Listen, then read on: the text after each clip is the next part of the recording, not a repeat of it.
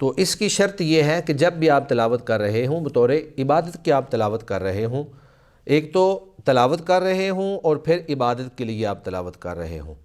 تو جب آپ نے آیت سجدہ کو دیکھا ہے، اس پہ نظر پڑی ہے، تو نہ تو یہ تلاوت ہے اور نہ ہی بطور عبادت کے تلاوت ہے، لہٰذا ایسی صورت میں سجدہ کرنا نہیں بنتا، سجدہ جو ہے وہ نہیں کیا جائے گا۔ اور پھر اللہ کے نبی صلی اللہ علیہ وآلہ وسلم سے یا صحابہ کرام سے ایسا کوئی عمل ثابت نہیں ہے، ایسی کوئی نص ثابت نہیں ہے کہ آپ صلی اللہ علیہ وآلہ وسلم نے یا صحابہ کرام نے محض آیت سجدہ کو دیکھ کر جو ہے وہ سجدہ کیا ہو۔ تو اس طرح تو انسان تکلف میں پڑ جائے گا، مشقت میں پڑ جائے گا، حالانکہ دین اسلام کے اندر مشقت نہیں ہے۔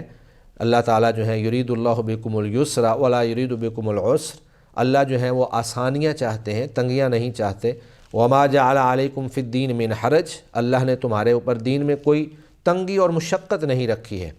تو اس طرح تو اگر کوئی آیت سجدہ کہیں پر لکھ دی جائے اور جو بھی آدمی اس کو دیکھے گا کہ یہ آیت سجدہ ہے، یا ویسے لفظ سجدہ جو ہے وہ لکھ دیا جائے، تو پھر آدمی سجدے ہی کرتا رہے گا۔ تو جب تلاوت نہیں، عبادت کے طور پر تلاوت نہیں، تو وہاں پر سجدہ بھی نہیں ہے۔ صرف سجدہ کی آیت کو دیکھ کر سجدہ کرنا جو ہے وہ کسی سے ثابت نہیں ہے، اپنے آپ کو مشقت میں ڈالنے کی ضرورت نہیں ہے۔ اچھا، اس سے ایک یہ بھی سوال پیدا ہوتا ہے کہ جب آپ تلاوت تو نہیں کر رہے لیکن ترجمہ پڑھ رہے ہیں یا ترجمہ سن رہے ہیں، تو اس میں جب ترجمے میں سجدے والی آیات کا ترجمہ آتا ہے تو اس وقت بھی سجدہ تلاوت ہوگا؟ جی، اگر کوئی شخص قرآن مجید کا صرف ترجمہ پڑھ رہا ہے اور قرآن مجید کا ٹیکسٹ اور متن جو ہے اس کی تلاوت نہیں کر رہا، صرف ترجمہ پڑھ رہا ہے یا صرف تفسیر پڑھ رہا ہے، تو ترجمہ اور تفسیر پڑھنے سے بھی اس پر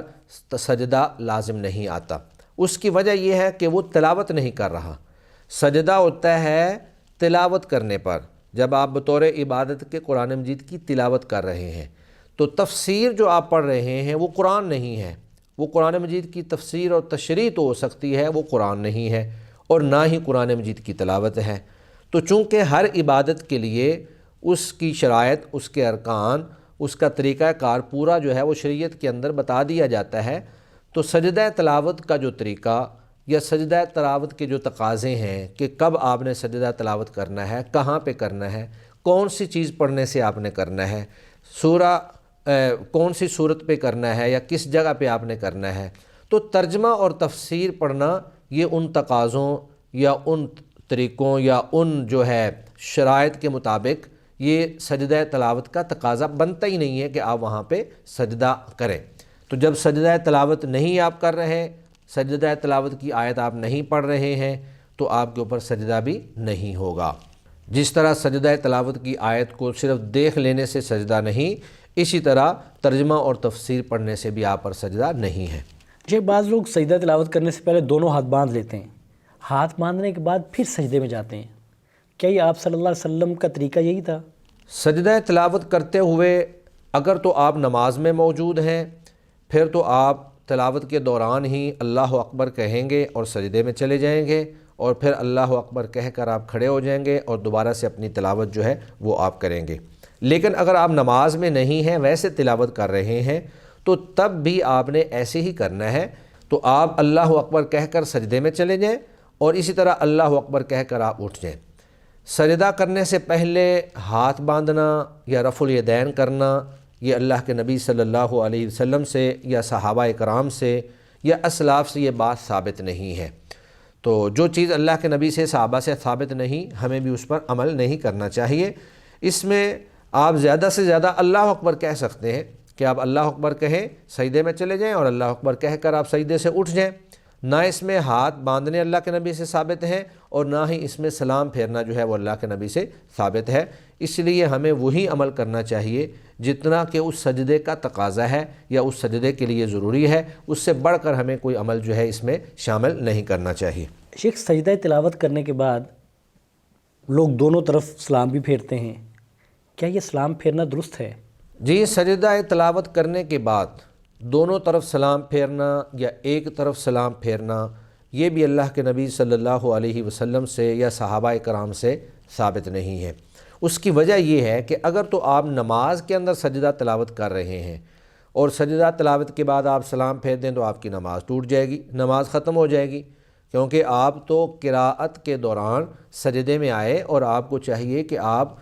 اپنا سجدہ مکمل کر کے اللہ اکبر کہہ کر دوبارہ اپنی قراءت والے اور قیام والے جز میں حصے میں چلے جائیں، اور پھر مزید اگر آپ قراءت کرنا چاہتے ہیں تو قراءت کریں، یا پھر اسی طرح اللہ اکبر کہہ کے آپ رکوع میں چلے جائیں۔ تو نماز کے دوران تو سلام پھیرنے کا تصور ہی پیدا نہیں ہو سکتا۔ باقی رہا کہ اگر آپ نماز کے بغیر تلاوت کر رہے ہیں تو بھی یہ چیز چونکہ اللہ کے نبی سے صحابہ سے ثابت نہیں ہے، اس لیے آپ کو سلام پھیرنے کی ضرورت نہیں ہے۔ آپ صرف اللہ اکبر کہہ کر سجدے میں جائیں گے اور پھر اللہ اکبر کہہ کر آپ اٹھ جائیں گے اور دوبارہ سے آپ اپنی تلاوت کر دیں گے۔ تو جس طرح سجدہ کرنے سے پہلے دونوں ہاتھ باندھنا اور کھڑے ہونا یا ایک مخصوص حالت میں ہونا یہ ثابت نہیں ہے، اسی طرح سجدہ کرنے کے بعد سلام پھیرنا جو ہے یہ بھی ثابت نہیں ہے۔ شیخ، ہماری ایک بہن پوچھتی ہیں کہ میں نے اعتکاف میں مکمل قرآن مجید کی تلاوت کی، لیکن اس میں جتنے سجدے ہیں تو میں نے کوئی بھی سجدہ نہیں کیا،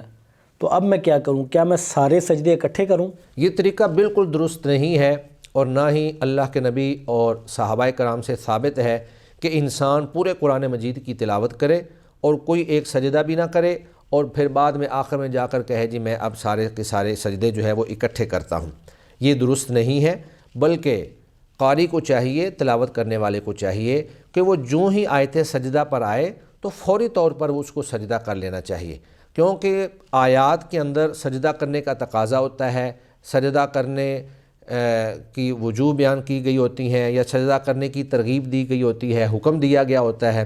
تو جس وقت وہ تقاضا آپ کے سامنے آ رہا ہے، ترغیب دی جا رہی ہے یا آپ کو حکم دیا جا رہا ہے، آپ اس وقت سجدہ نہ کریں اور بعد میں جا کر آپ کہیں جی اب میں جا کر سارے سجدے کر لوں، تو یہ آپ نے خلاف سنت بھی کام کیا ہے اور ایک غیر متقاضی چیز کو آپ نے کیا ہے کہ جب تقاضا تھا تو اس وقت تو آپ نے کیا نہیں، اب جب آپ نے پورے قرآن کی تلاوت کر لی تو اب آپ کہیں کہ میں سجدے کروں، تو یہ طریقہ کار جو ہے یہ درست نہیں ہے۔ سجدہ تلاوت یہ بھی ایک عبادت ہے، سجدہ کرنا بھی ایک عبادت ہے، تلاوت بھی ایک عبادت ہے، تو ہر عبادت جو ہے اس کا اپنا طریقہ ہوتا ہے جو شریعت کے اندر اللہ کے نبی صلی اللہ علیہ وسلم نے ہمیں بتلایا ہے۔ اگر ہم اس طریقے سے ہٹ کر اس پر عمل کریں گے تو نہ صرف یہ کہ وہ اللہ کے ہاں قابل قبول نہیں ہوگی، بلکہ بسا اوقات وہ بدعت کے دائرے میں بھی جا سکتی ہے، اور آپ کو پتہ ہے کہ بدعت جو ہے ہر بدعت گمراہی ہے اور ہر گمراہی انسان کو جہنم میں لے جانے والی ہے۔ لہٰذا یہ ضروری ہے کہ جس وقت آپ نے آیت سجدہ تلاوت کی ہے، آپ بے شک بیٹھ کر رہے ہوں، آپ نماز کے اندر کر رہے ہوں، آپ نماز سے باہر ہوں،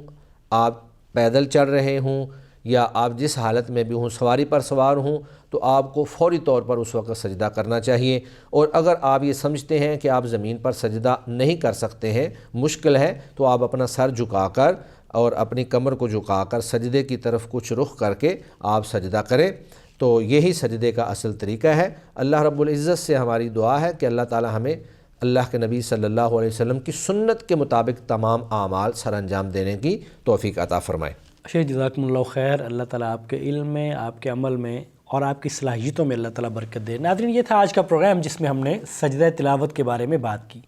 اور آپ اگر ہمارے پروگرام سنتے ہیں تو آپ نے ہمارا اس سے پہلا پروگرام سنا ہوگا، وہ بھی سجدہ تلاوت پر ہی تھا۔ تو یہ گویا کہ اتنے سوالات تھے ہمارے پاس سجدہ تلاوت کے بارے میں جو ہم نے آپ کے سامنے رکھے۔ پروگرام دیکھتے رہیے، پروگرام کو آگے شیئر کریے، یہ صدقہ جاریہ ہے، یہ نیکی ہے اور نیکی میں شامل ہونا ہے۔ ہم جب یہاں سے پروگرام کرتے ہیں تو ہم اس امید سے، بلکہ اللہ سے یقین کے ساتھ یہ پروگرام کرتے ہیں کہ انشاءاللہ تعالی یہ پروگرام ہمارے لیے صدقہ جاریہ ہوگا۔ آپ بھی اس میں حصے دار بن سکتے ہیں، اس صدقہ میں، اس کو آگے شیئر کر کے اپنے دوست احباب کے ساتھ، تاکہ ان کو بھی ان مسائل کا علم ہو۔ ہمیں اجازت دیجیے، السلام علیکم ورحمۃ اللہ وبرکاتہ۔